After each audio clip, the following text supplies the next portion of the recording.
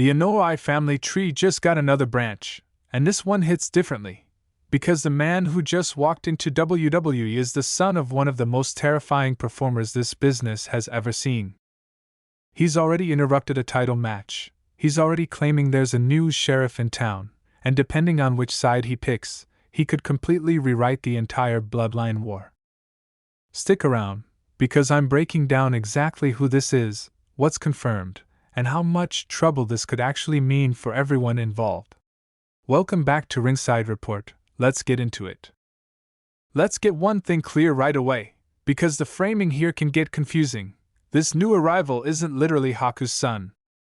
His name is Zilla Fatu, and he's the son of the late Umaga, one of the most dominant and feared performers in WWE history.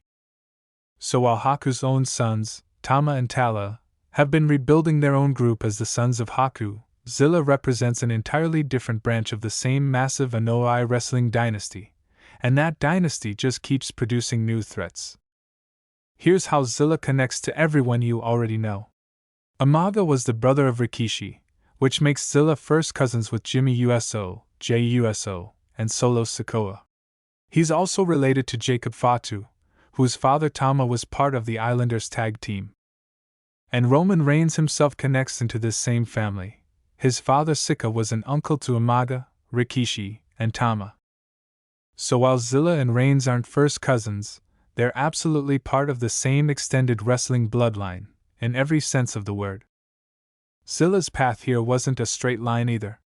He trained under Booker T, debuted on the independent scene in 2023, and built a real reputation through Reality of Wrestling, House of Glory, and Game Changer Wrestling.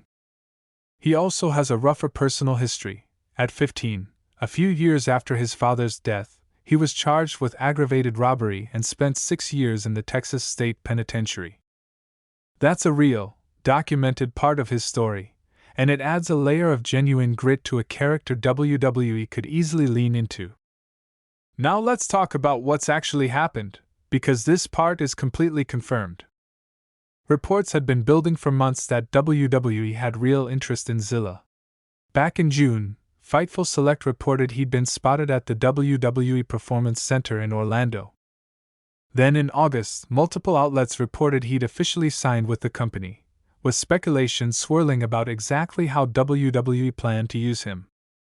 Rather than throwing him straight into the Bloodline storyline on the main roster, WWE went a different route.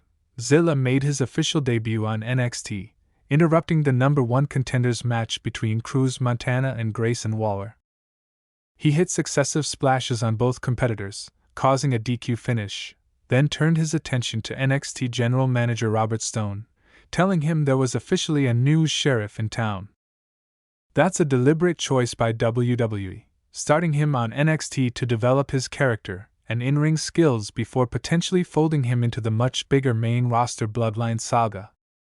Given how loaded that story already is, and given the struggles NXT has had holding on to top male stars recently, it's a logical move on multiple fronts.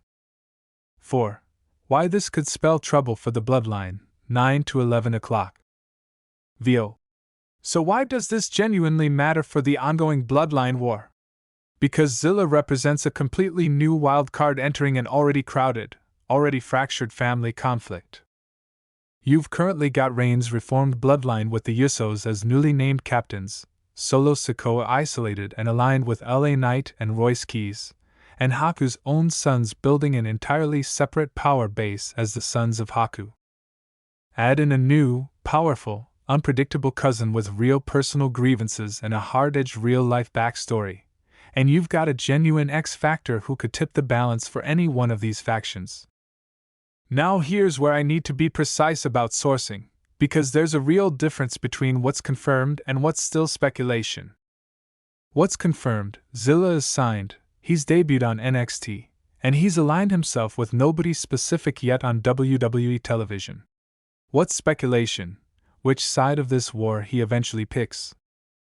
Back in an interview on Busted Open Radio, Zilla was directly asked which side of the Bloodline he'd support, and he said he'd go with Team OTC, meaning Roman Reigns, the original tribal chief, citing his history teaming with Jacob Fatu on the independent scene.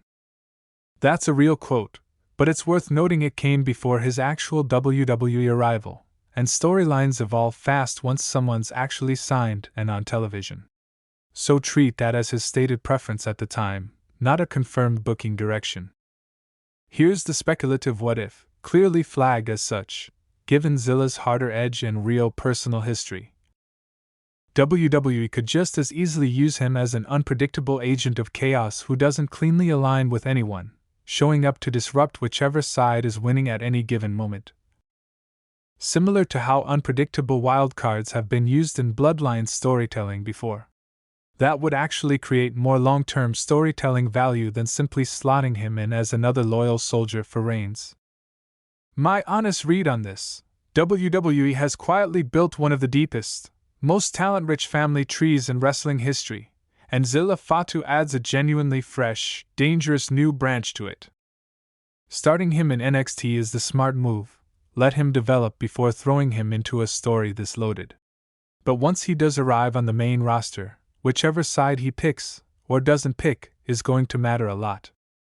So here's where things actually stand.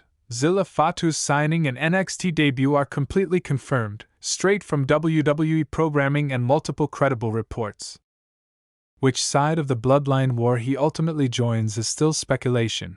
His own comments point toward Reigns, but nothing is locked in yet. I want to know what you think in the comments. Should Zilla Fatu align with Roman Reigns, or do you want to see him become his own unpredictable threat? Drop your predictions below. If you enjoyed this breakdown, smash that like button, subscribe if you haven't already, and turn on notifications so you never miss an update. Thanks for watching Ringside Report. Long live the soul. Peace.